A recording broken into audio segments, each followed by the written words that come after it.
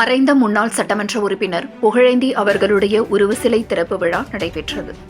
விழுப்புரம் அத்தியூர் திருவாதி கிராமத்தில் மறைந்த திமுக முன்னாள் தெற்கு மாவட்ட செயலாளர், முன்னாள் விக்கிரவாண்டி தொகுதி சட்டமன்ற உறுப்பினர் புகழேந்தி அவர்களின் 1ஆம் ஆண்டு நினைவு நாளை முன்னிட்டு அவருடைய இல்லத்தில் உருவ சிலையை வனத்துறை மற்றும் காதி அமைச்சர் க. பொன்முடி திறந்து வைத்தார்.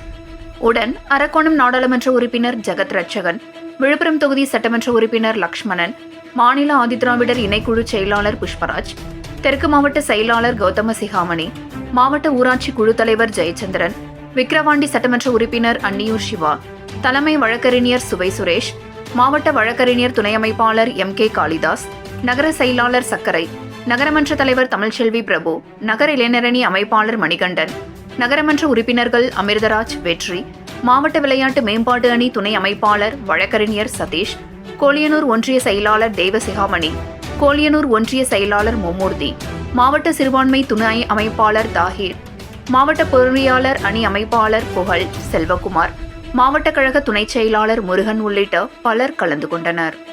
7 கிரீன் நியூஸ் செய்திகளுக்காக விழுப்புரம் மாவட்ட செய்தியாளர் S. கலைக்குமார்.